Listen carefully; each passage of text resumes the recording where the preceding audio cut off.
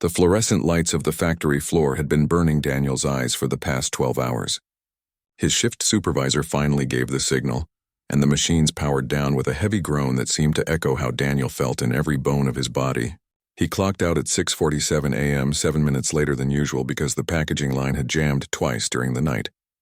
As he walked toward the employee exit, Daniel pulled out his phone and saw 3 missed calls from Mrs. Patterson, his neighbor. His heart sank. She was supposed to be watching his daughter, Amy, and Mrs. Patterson never called unless something was wrong. He tried calling back, but it went straight to voicemail. Daniel picked up his pace, almost jogging now through the quiet morning streets. At 34 years old, Daniel had perfected the art of functioning on 4 hours of sleep. He worked the night shift at Henderson Manufacturing because it paid an extra $2 per hour. And those $2 meant the difference between buying Amy's asthma medication and choosing between medicine and groceries. Every dollar mattered when you were raising a 6-year-old alone. The parking garage near his apartment building offered a shortcut that would save him 5 minutes. Daniel usually avoided it because the lighting was terrible, and it smelled like stale cigarette smoke, but this morning, with Mrs. Patterson not answering, those 5 minutes felt crucial. He pushed through the heavy metal door and started across the oil-stained concrete floor. His footsteps echoed in the empty space. Most people were still asleep at this hour, and the garage was dead silent except for the hum of a security light that kept flickering on and off. Daniel was halfway across when he heard it, a sound that made him stop in his tracks. Someone was breathing. Not normal breathing, but the kind of desperate, gasping breaths that meant something was seriously wrong. Daniel's first instinct was to keep walking. He was already late. Mrs. Patterson was probably worried sick. Amy would be waking up soon, wondering where her dad was. But his feet wouldn't move forward. Instead, he found himself turning toward the sound, his tired eyes scanning the dim garage. Between 2 cars near one of the concrete pillars, he saw her. A young woman, maybe in her late 20s, slumped against a silver sedan. Her car keys were on the ground beside her, and her purse had spilled its contents across the concrete. But what grabbed Daniel's attention was her face. It was covered in sweat, way too much sweat for the cool morning air, and her skin had taken on a grayish color that didn't look right at all. "Hey," Daniel called out, moving closer. "Are you okay?" The woman's eyes flickered toward him, but she didn't seem to really see him. Her hand was clutching something, an empty plastic pen-like device that Daniel didn't recognize. She tried to speak, but only managed a weak gurgling sound. Daniel's mind raced. He pulled out his phone and dialed 911, keeping his eyes on the woman as the line rang. Once, twice, 3 times. Come on, what's your emergency?" "I'm in the parking garage at 4th and Madison. There's a woman here, she's conscious but barely breathing. She's sweating really bad and she can't talk. I think she needs help right now." The dispatcher started asking questions. What color was her skin? Was she breathing regularly? Had she been injured? Daniel answered as best he could while he knelt down beside the woman, setting his phone on speaker so he could use both hands. "Miss, can you hear me? Help is coming, okay? Just stay with me." Her eyes met his for a moment and he could see fear there. Real raw terror. She was trying to say something, her lips forming words, but nothing was coming out clearly. Daniel noticed the empty device in her hand again. It looked medical, like something for injections. "Does anyone know what this is?" Daniel asked the dispatcher, describing it. "It could be an insulin pen," the dispatcher said. "Is she diabetic?" "Look for a medical alert bracelet." Daniel gently checked her wrist and found it. A silver bracelet with a red medical symbol. The engraving read, "Type 1 diabetes." "Yeah, she's diabetic," Daniel confirmed. The dispatcher's voice became more urgent. "She might be having a severe low blood sugar episode." "Do you see her purse?" Sometimes diabetics carry glucose tablets or candy. Daniel grabbed the purse and dumped everything out. Wallet, lipstick, car keys, mints, a business card holder, and a small blue pouch. He unzipped the pouch with shaking hands and found it. A container labeled glucose tablets, but when he opened it, it was completely empty. "The glucose tablets are empty," he told the dispatcher. "Okay, stay calm. The paramedics are 4 minutes out. Keep her conscious. Talk to her. Don't let her fall asleep. 4 minutes." Daniel looked at the woman. Her breathing was getting worse, more shallow and irregular. Her eyes were starting to close. No. Stay with me," Daniel said, his voice louder now. He grabbed her hand. It was ice cold despite all the sweating. "What's your name?" "Can you tell me your name?" No response. Her eyes were closing. "Hey, I've got a daughter," Daniel said, his voice desperate now. "She's 6 years old. Her name is Amy. She's probably awake right now, wondering where I am.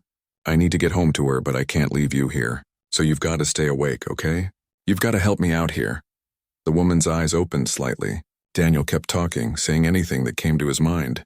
He told her about Amy's obsession with butterflies, about how she insisted on wearing her purple rain boots even when it wasn't raining, about the way she laughed when he made pancakes in funny shapes.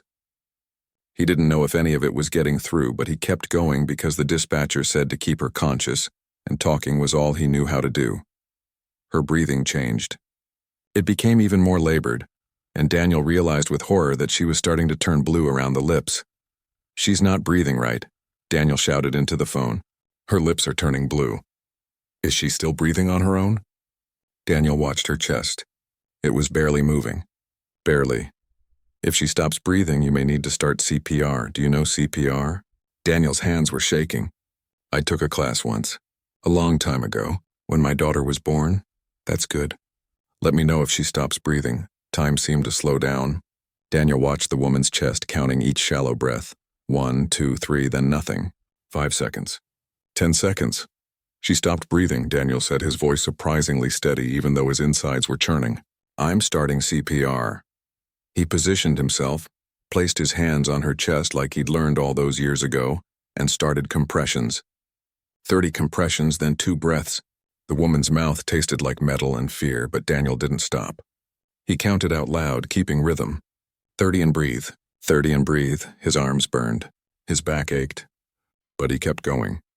Sirens wailed in the distance, getting closer. Daniel kept counting, kept pushing, kept breathing for the stranger who he'd found in a parking garage when all he wanted to do was get home to his daughter. The paramedics burst through the door, their equipment rattling as they ran over. Strong hands pulled Daniel back gently. "We've got her, sir. You did good." Daniel stumbled backward, his legs weak, and watched as they worked. They got an IV started, pushed medications, fitted an oxygen mask over her face. The woman gasped, a horrible rattling sound, but she was breathing again. Her eyes fluttered open. One of the paramedics looked at Daniel. "You saved her life. Another minute and we would have lost her." They loaded her onto the stretcher, and as they wheeled her past, the woman's hand reached out. Daniel took it without thinking. Her grip was weak, but her eyes locked onto his. "Thank you," she whispered, so quiet he almost didn't hear it. Then she was gone, loaded into the ambulance, sirens wailing as it pulled away into the early morning light. A police officer approached Daniel, asking for his contact information for the report. Daniel gave his name, phone number, and address mechanically, his mind still trying to process what had just happened. The officer thanked him and left, and suddenly Daniel was alone in the parking garage again, like nothing had happened at all. He looked at his phone. 7:23 a.m. He'd been there for over 30 minutes. Mrs. Patterson had called 2 more times. Daniel started running toward home, his exhausted body protesting every step. He never learned the woman's name. He never thought to ask who she was or what she did. In that moment, she was just a person who needed help. And he was just a person who couldn't walk away. He had no idea that the woman he'd saved would change his entire life. 3 days passed, and Daniel had almost convinced himself that the parking garage incident was just a strange dream. He'd told Mrs. Patterson about it when he finally got home that morning, and she'd scolded him for being late while simultaneously calling him a hero.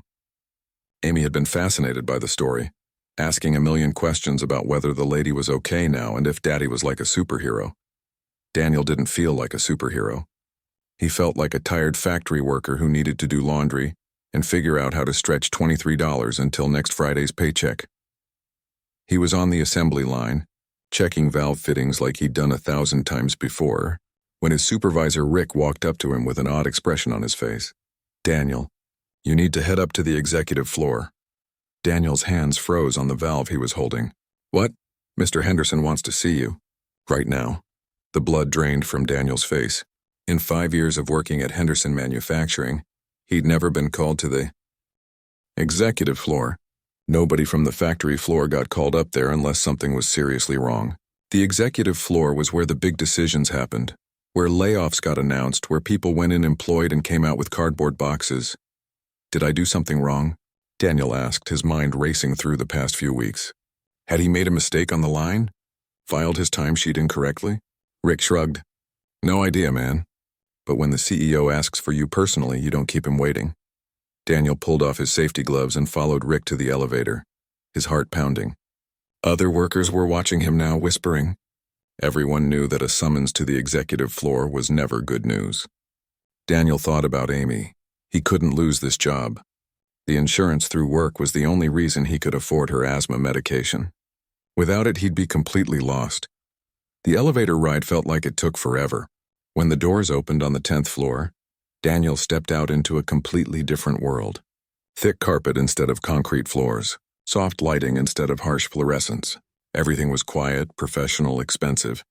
A woman in a crisp suit met him at the elevator. Mr. Chen, this way, please. She led him down a hallway lined with paintings that probably cost more than his annual salary. Daniel caught his reflection in a glass door and realized he was still wearing his work uniform with grease stains on the sleeves. He'd never felt more out of place in his life. The assistant stopped at a large wooden door. Mr. Henderson is expecting you. Daniel took a deep breath and walked in. The office was massive. Floor-to-ceiling windows overlooked the entire city. Behind an enormous desk sat Robert Henderson, the CEO and owner of the company. Daniel had seen him maybe twice in 5 years, always from a distance. The man was in his late 50s, with gray hair and the kind of presence that made you want to stand up straighter. But what made Daniel's breath catch was the woman sitting in one of the chairs facing the desk. It was her. The woman from the parking garage. She looked completely different now. Her skin had color again. She was wearing a professional blazer and her hair was pulled back neatly. But it was definitely her. Daniel would recognize those eyes anywhere. Mr. Chen, Robert Henderson stood up. And to Daniel's complete shock, he walked around the desk with his hand extended. Thank you for coming. Please sit down. Daniel shook his hand, feeling like he'd stepped into some alternate reality. CEOs didn't shake hands with factory workers. They barely acknowledged their existence. Sir, I don't understand what's going on, Daniel said, remaining standing because his legs felt like they might give out if he tried to sit. The woman spoke for the first time. You saved my life 3 days ago. In the parking garage. Her voice was stronger now, clear and steady. Daniel just stared at her. Robert Henderson gestured to the woman. Mr. Chen, this is my daughter, Claire. She's vice president of operations here at Henderson Manufacturing, and she's being groomed to take over the company. 3 days ago, she had a severe hypoglycemic episode. Her insulin levels dropped dangerously low. The doctors told us that if you hadn't found her when you did, if you hadn't performed CPR, his voice cracked slightly, we would have lost her. Daniel felt like the air had been sucked out of the room. The woman he'd saved wasn't just any stranger. She was the boss's daughter, the future CEO of the company where he worked. I just did what anyone would do, Daniel said quietly. That's where you're wrong, Claire said, leaning forward in her chair. The parking garage surveillance footage shows 7 people walked past me before you showed up. 7 people saw me collapse there and kept walking. You were the only one who stopped. Daniel didn't know what to say to that. The idea that 6 other people had just walked past her made him feel sick. Robert Henderson opened a drawer and pulled out a checkbook. Mr. Chen, there's no amount of money that can truly repay what you did for my family. But I want to offer you a reward. A substantial one. Name your price. Daniel looked at the checkbook, then at the CEO, then at Claire. His mind was spinning. He thought about his bank account with $83 in it. He thought about the past due notice from the electric company. He thought about Amy's next doctor's appointment and how he'd been putting it off because the copay was $50. I can't accept that. Daniel heard himself say. Robert Henderson looked stunned. I'm sorry? I can't take money for helping someone who needed help. That's not why I did it. I did it because it was the right thing to do. Daniel's hands were shaking and he shoved them in his pockets. If I take money for it, then it becomes something else. It becomes a transaction.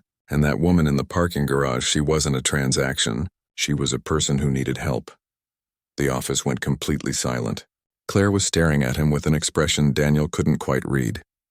Robert Henderson slowly closed his checkbook. Mr. Chen, the CEO said, his voice different now, softer. In 27 years of running this company, I've met thousands of people.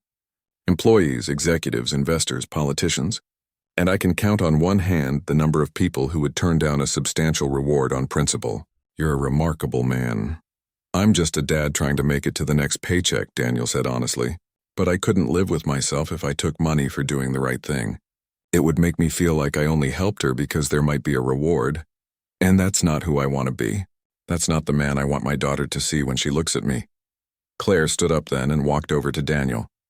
Up close he could see that her eyes were slightly red, like she'd been crying recently. You have a daughter? Yeah, Amy, she's 6. Is she healthy? Daniel hesitated. She has asthma. Pretty severe. But we manage. Something shifted in Robert Henderson's expression. He exchanged a look with his daughter, and some kind of silent communication passed between them. Mr. Chen, the CEO said, I understand and respect your position on the reward. But please let me do this. My daughter has type 1 diabetes, which means ongoing medical care for life. I know how expensive chronic conditions can be. Let me cover your daughter's medical expenses, her medications, doctor visits, any treatments she needs, not as payment for saving Claire's life, but as one parent to another. Because I know the weight of worrying about your child's health. Let me lift that burden for you. Daniel felt his throat tighten. He thought about the times he'd had to choose between buying Amy's rescue inhaler and paying the heating bill. The appointments he'd postponed, the worry that kept him awake at night. That's different, Daniel said, his voice rough. That's not about me. That's about Amy. Exactly, Claire said gently. This isn't about rewarding you. It's about making sure a little girl has everything she needs to be healthy. You wouldn't deny her that, would you? Daniel closed his eyes. Every instinct told him not to accept charity. He'd been taking care of Amy on his own since her mother left 2 years ago, and he'd been proud of managing it alone. But his pride wasn't worth Amy's health. Okay, he whispered. Okay, thank you. Robert Henderson smiled, a genuine warm smile that transformed his entire face. Thank you for letting us do this. And Mr. Chen, I want you to know that your job here is secure. More than secure. If you ever need anything, my door is open. Claire pulled a business card from her pocket and held it out to Daniel. This has my direct number. I mean it when I say I owe you my life. If you or your daughter ever need anything, you call me. Day or night. Daniel took the card, feeling like he was in some kind of dream. He looked at it. Claire Henderson, Vice President of Operations. A phone number was handwritten at the bottom. I should get back to the floor, Daniel said. My shift isn't over. Of course, Robert Henderson said. Thank you again, Mr. Chen, for everything. Daniel walked out of that office in a daze. He rode the elevator back down to the factory floor where Rick was waiting with curious eyes. Well, what happened? Are you fired? No, Daniel said slowly. I'm not fired. Then what was that about? Daniel looked at the business card in his hand, then slipped it into his pocket. I'm not really sure. But as he returned to his station on the assembly line, Daniel couldn't shake the feeling that his life had just changed in ways he couldn't quite understand yet. He'd saved a stranger in a parking garage, expecting nothing in return. And somehow that simple act had opened a door to a world he never knew existed. He just had no idea how complicated things were about to become. 2 weeks went by before Daniel saw Claire again. He'd almost convinced himself that the whole thing was over, that she'd go back to her executive world and he'd stay in his, and their paths would never cross again. Then one Tuesday afternoon she showed up on the factory floor. Daniel was training a new guy on the valve assembly when he heard the commotion. Workers were whispering, straightening their postures, suddenly looking very busy. He turned around and there she was, wearing a hard hat and safety glasses, following Rick through the factory with a clipboard in her hands. She's been doing this all week, the new guy whispered. Coming down here, asking questions, taking notes. People are freaking out. They think she's looking for reasons to cut jobs. Daniel watched as Claire stopped at different stations, talking to workers, examining the equipment. She didn't look like someone planning layoffs. She looked genuinely interested in what people were saying. When she got to Daniel's station, their eyes met and she smiled. Mr. Chen, she said formally, though something in her eyes was warmer. How's everything going here? Good, ma'am. Just training the new hire on valve assembly. Claire looked at the equipment, then at Daniel. Can I ask you something? And I want you to be honest. Not just tell me what you think I want to hear. Daniel nodded slowly. If you could change one thing about this production line to make it safer or more efficient, what would it be? The new guy shot Daniel a look that clearly said, "Don't say anything stupid." But Daniel had never been good at keeping his mouth shut when asked a direct question. "The height of this workstation," Daniel said, pointing to the assembly table. "It's too low. Everyone who works here ends up with back problems after a few months. We're all bent over for 8 to 12 hours. If it was raised by about 6 inches, it would save a lot of people a lot of pain." Claire wrote something on her clipboard. "What else?" Daniel blinked.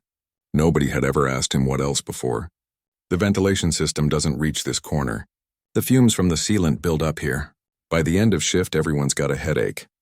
And the emergency eye wash station is on the other side of the floor. If someone gets chemicals in their eyes, they've got to run half the length of the building.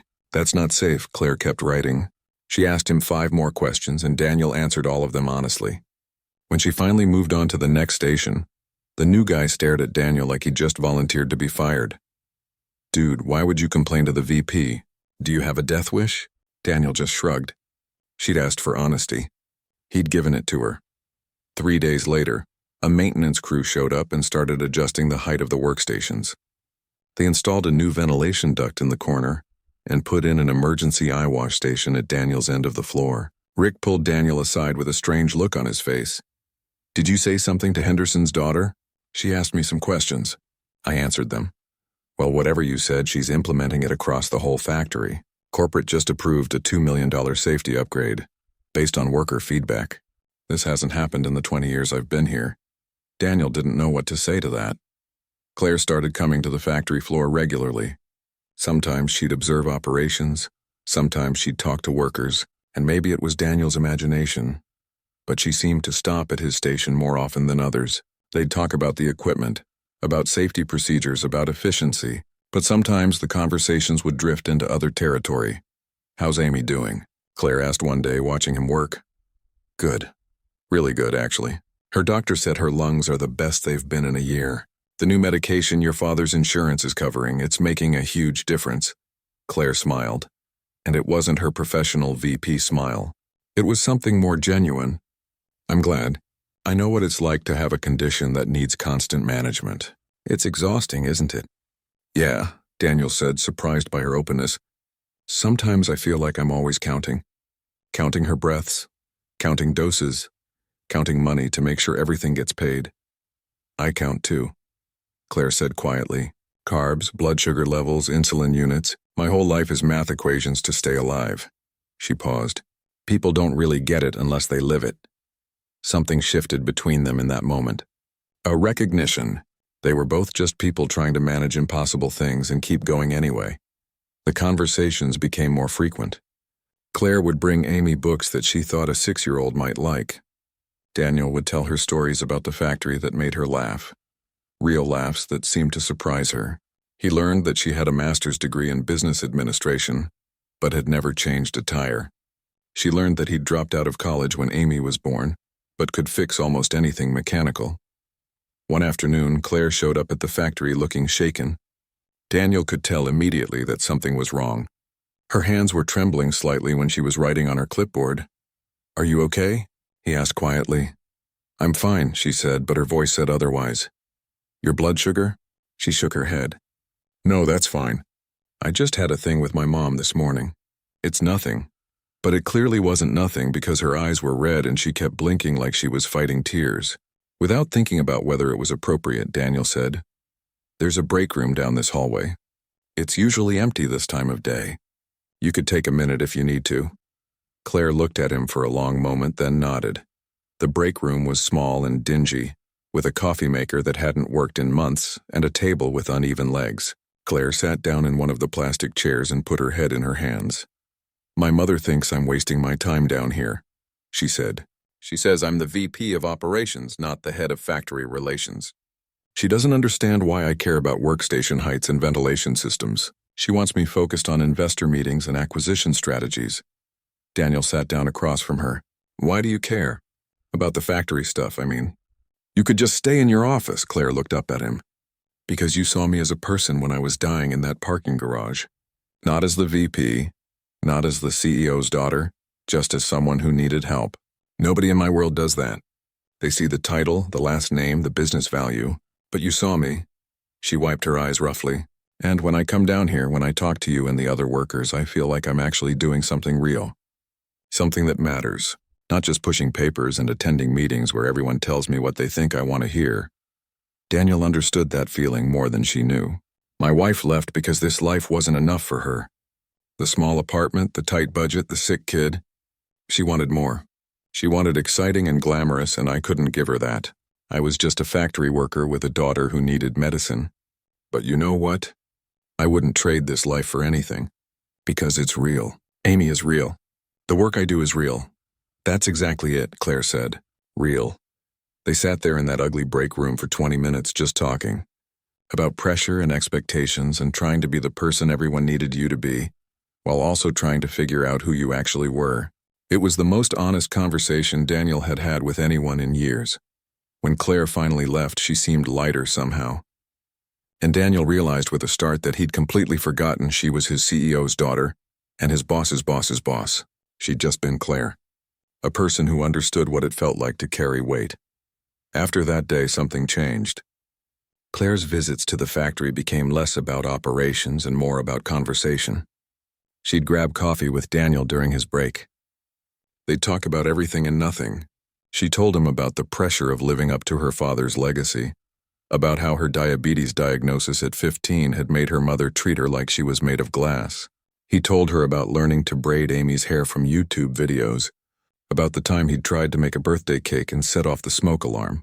One Friday, Claire did something that shocked everyone on the factory floor. She asked Daniel if she could meet Amy. "You don't have to do that," Daniel said quickly. "I want to," Claire insisted. "I keep hearing all these stories about this amazing kid.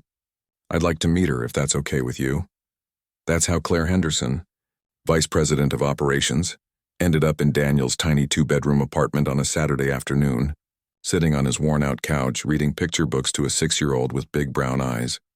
Amy was suspicious at first, the way kids are with strangers. But Claire didn't talk down to her or treat her like a baby. She asked Amy about her butterfly collection, listened intently when Amy explained the difference between a monarch and a painted lady, and helped her build a fort out of couch cushions. Daniel watched them from the kitchen, pretending to make sandwiches but really just observing this impossible scene.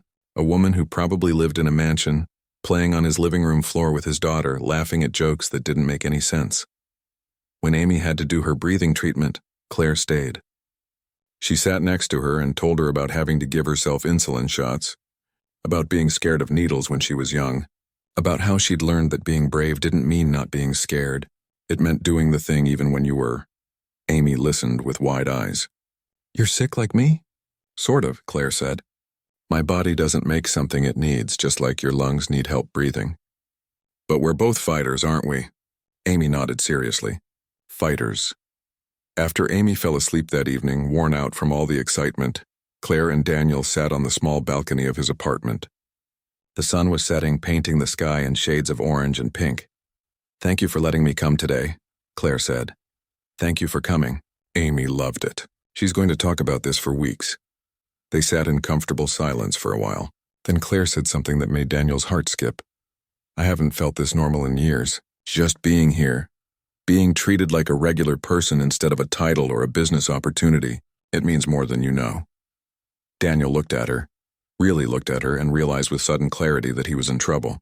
Because somewhere between the parking garage and the factory floor and his living room couch, he'd stopped seeing Claire Henderson, the VP, and started seeing just Claire. And that was a problem, because their worlds were never meant to collide like this. But as he sat there on his balcony with her, watching the sun go down over the city, Daniel couldn't bring himself to care about what was supposed to be impossible. Some things, he was learning, mattered more than impossible. The whispers started on a Monday morning. Daniel noticed it as soon as he walked onto the factory floor. People who normally said good morning suddenly found their shoes very interesting. His usual work partner, Tommy, gave him a sympathetic look that made Daniel's stomach drop. "What's going on?" Daniel asked. Tommy glanced around, then pulled Daniel aside. "Man, people are talking. About you and the VP. What are you talking about?" "We're just friends." "Yeah, well, not everyone sees it that way. Kevin's been running his mouth saying you're getting special treatment because you're trying to date the boss's daughter." Says that's why you got moved to the day shift last week. Says that's why your station always gets the new equipment first. Daniel felt like he'd been punched in the gut. The day shift move had been because of Amy's school schedule. Claire had mentioned it to her father, and Robert Henderson had approved it so Daniel could pick Amy up after school. The equipment upgrades were happening across the entire factory. His section just happened to be first. That's not what's happening, Daniel said firmly. Tommy shrugged. I know that, man. But Kevin's got people listening. He's telling everyone you're trying to sleep your way up the ladder. Kevin. Of course it was Kevin. Daniel's supervisor had been giving him cold looks for weeks now. Kevin had been at the company for 15 years and had been lobbying for a promotion to shift manager for the last 3. When Daniel had been offered the position last week, Kevin had looked like he wanted to throw something. Daniel had turned down the promotion. He'd told Mr. Henderson that he was happy where he was, that he didn't need special treatment. But apparently even turning it down wasn't enough to stop the rumors. The rest of the day was torture. Daniel could feel eyes on him everywhere he went. During lunch, the break room went quiet when he walked in. He ended up eating his sandwich outside, alone, trying to figure out how everything had gotten so complicated. His phone buzzed. A text from Claire. Hey, want to grab coffee after your shift? Amy too if she's with you. Daniel stared at the message. A month ago, he wouldn't have thought twice about it. But now, with everyone watching and whispering, everything felt different. He typed back, can't today. Rain check? He hated lying to her, but he didn't know how to explain that their friendship was causing him problems without making it sound like he was blaming her. Claire texted back immediately. Is everything okay? Yeah, just tired.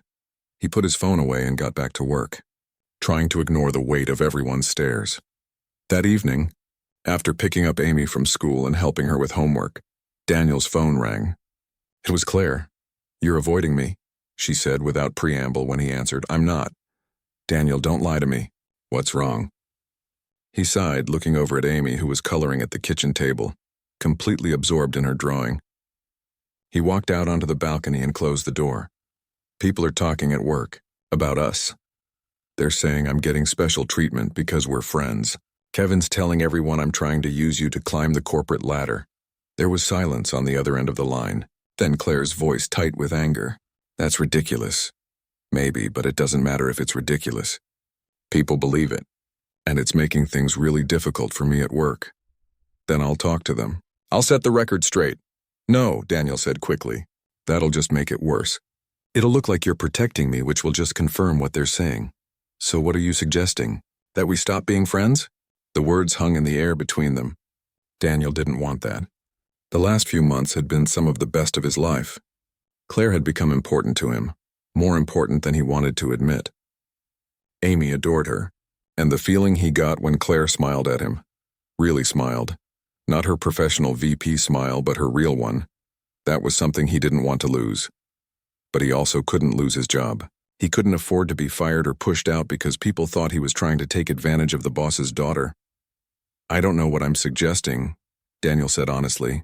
I just know that this situation is getting messy, and I don't want you caught up in it. I'm already caught up in it, Claire said softly. Daniel, you're one of the only real friends I have. Everyone else in my life wants something from me. They see my last name or my title or my father's money. You're the only person who sees me. I can't lose that. Daniel closed his eyes. I know, I feel the same way. But Claire, we come from different worlds. Maybe we were kidding ourselves thinking we could just be friends without consequences. I don't accept that, Claire said, and there was steel in her voice now. I refuse to let small-minded people dictate who I can be friends with. It's easy to say that when you're not the one dealing with the consequences, Daniel said, and immediately regretted it. Another silence. You're right, Claire said finally, her voice small. I'm sorry. I didn't think about how this would affect you. I was just so happy to have someone I could talk to, someone who understood. I didn't consider what it might cost you. It's not your fault, Daniel said. You didn't do anything wrong. Neither did I. But that doesn't change the situation. They talked for a few more minutes, but the conversation felt strained. Wrong. When they hung up, Daniel felt like he'd lost something important even though nothing had technically changed. The next day at work was worse. Kevin had apparently heard that Daniel turned down coffee with Claire, and he was spinning it as proof that there had been something inappropriate going on, and Daniel was trying to cover his tracks. The rumor mill was in full swing. At lunch, Daniel was sitting outside again when Tommy came and found him. "Hey man, I need to tell you something. Kevin's gunning for you." He went to HR this morning and filed a complaint saying, "You've been receiving preferential treatment and it's affecting workplace morale. They're opening an investigation." Daniel's sandwich turned to dust in his mouth. An HR investigation. That would mean interviews, documentation, his whole work history under examination. Even if they found nothing wrong, the stigma would follow him. "This is insane," Daniel muttered. "Yeah, well, Kevin's cousin was supposed to get that shift manager position you turned down. He's taking it personally." That afternoon, Daniel was called into HR.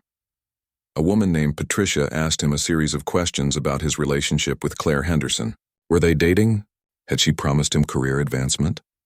Had there been any inappropriate behavior? Daniel answered everything honestly. No, they weren't dating. No, she'd never promised him anything. Their friendship was completely appropriate and professional. He'd never asked her for special treatment, and she'd never offered it beyond the medical insurance for Amy, which her father had arranged, not her. Patricia took notes, her face neutral and unreadable. "Mr. Chen, you understand that workplace relationships between supervisors and subordinates can create conflicts of interest. She's not my supervisor. She's the VP of operations. My supervisor is Kevin.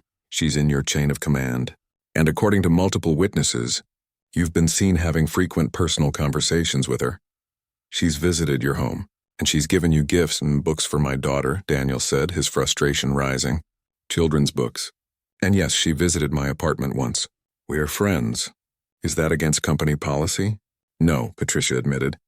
"But it creates the appearance of impropriety, especially when combined with the timing of certain benefits you've received."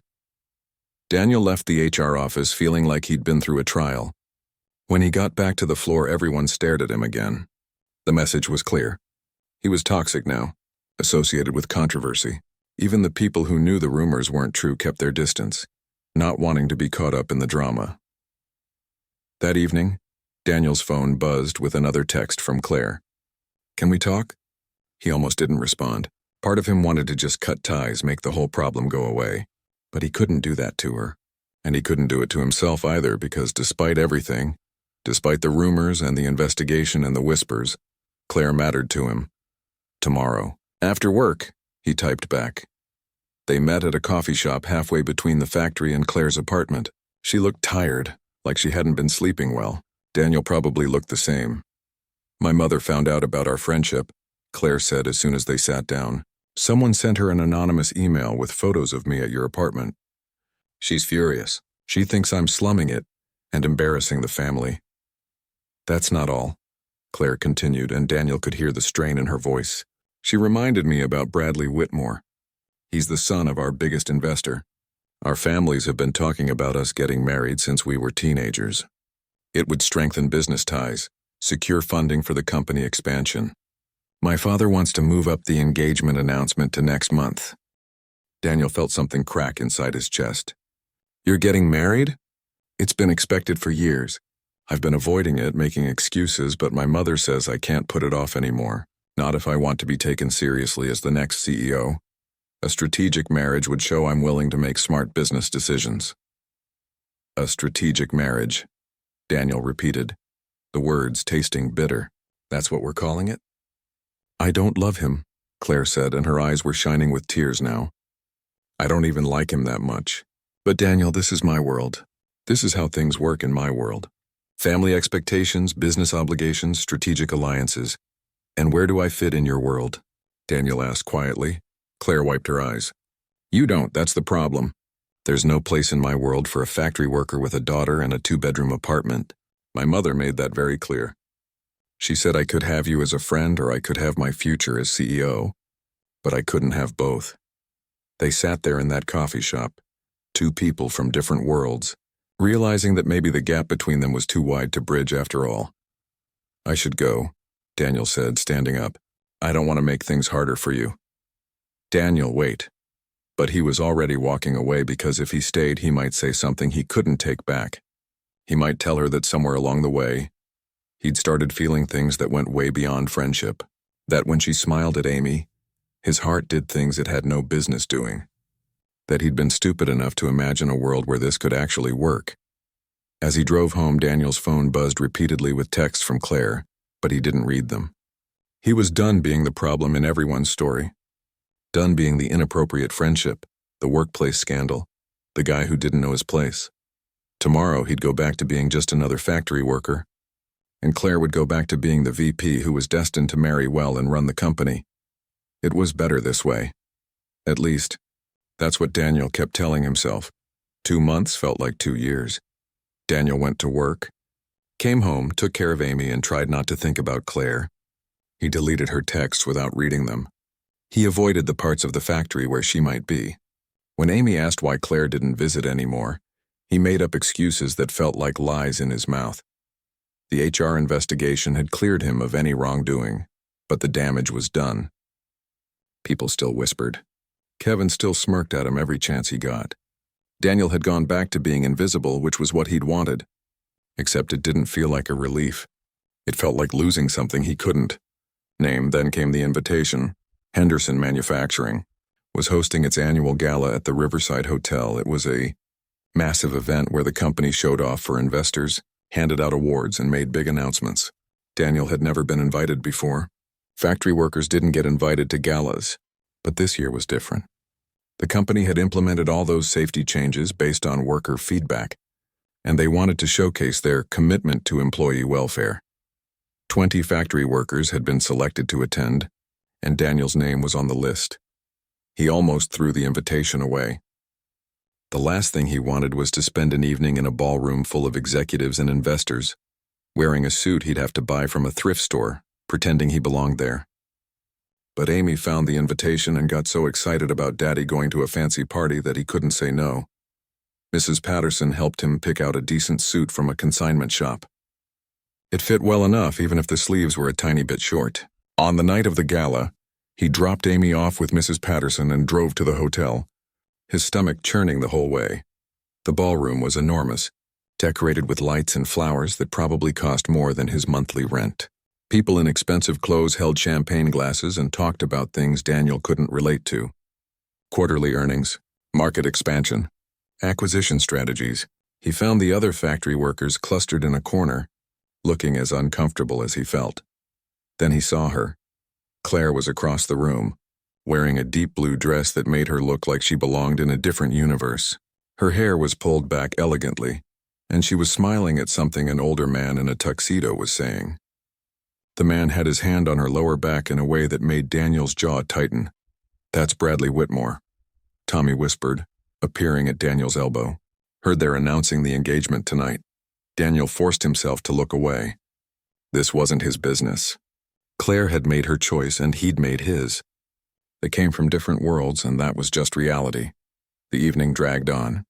There were speeches and awards and a video presentation about the company's safety improvements. Daniel's section of the factory was featured, and people applauded politely. He smiled when he was supposed to, and nodded when people congratulated him on the changes, but his mind was somewhere else. Halfway through dinner, he saw Claire get up from her table and head toward the hallway that led to the restrooms. Something in the way she moved made Daniel's instincts kick in, that same instinct that had made him turn around in the parking garage all those months ago. He waited a minute, then followed. He found her in a small alcove near the coat check, sitting on a bench with her head in her hands. At first he thought she was crying, but then he realized she was breathing wrong. Short gasping breaths that sent immediate alarm bells through his head. "Claire?" She looked up and her eyes were unfocused. Sweat beaded on her forehead despite the cool air conditioning. Daniel's heart dropped. He'd seen this before. "Your blood sugar," he said, already moving toward her. "Where's your glucose tablets?" She tried to point to her clutch purse, but her hands were shaking too badly. Daniel grabbed the small bag and dumped it out. Lipstick, phone, compact mirror, but no glucose tablets. "My insulin pen," she managed to whisper. "Must have taken too much. Bradley kept ordering drinks, dinner was late, I forgot to eat enough." Her words were slurring now. Daniel pulled out his phone and started to dial 911, but Claire grabbed his wrist. "No ambulance, please. The announcement, parents, can't ruin." She was more worried about the engagement announcement than her own health, and that made something fierce and protective surge through Daniel. I don't care about the announcement, he said firmly. He ran back toward the ballroom, scanning for anything with sugar. He grabbed a glass of orange juice from a passing waiter's tray and brought it back to Claire. Drink this. Small sips. He helped her hold the glass, watching her carefully as she drank. The color started coming back to her cheeks slowly, but she was still shaking. We need to get you to a hospital, Daniel said. No. Just need to sit. Few more minutes. Daniel sat down next to her on the bench, keeping one hand on her wrist so he could monitor her pulse. They stayed like that for 5 minutes, then 10. Claire's breathing gradually normalized, but Daniel didn't move. You scared me, he said quietly. I'm sorry. I've been so stressed lately, not managing my levels properly. I haven't been sleeping. Haven't been eating right. Claire, I know what you're going to say. That I need to take better care of myself. That this is dangerous. I know all that, Daniel. That's not what I was going to say. Daniel turned to look at her. I was going to say that you look miserable. And you've looked miserable for 2 months. And watching you sit at that table tonight with that guy's hand on you, smiling a smile that doesn't reach your eyes, it's killing me. Claire's eyes filled with tears. What am I supposed to do? Walk away from everything my family expects? Disappoint my father? Embarrass my mother? Throw away the company's biggest investment opportunity? Yes, Daniel said simply. If it means being happy. Yes. It's not that simple. It is that simple. It's just not easy. There's a difference. Claire laughed, a broken sound that was half sob. You make it sound so straightforward. Just choose happiness. Just walk away from duty and obligation and expectation. I did, Daniel said. When Amy's mother wanted me to give her up for adoption because raising a sick kid was too hard, I chose Amy. I walked away from that marriage, from that life, and I chose the harder path because it was the right one. Was it simple? Yes. Was it easy? Hell no. But I've never regretted it for a second. They sat in silence for a moment. Then Claire said so quietly Daniel almost didn't hear it. I miss you. I miss talking to you. I miss your stories about Amy. I miss feeling like a real person instead of a business asset. I miss you too, Daniel admitted. Amy keeps asking when you're coming back.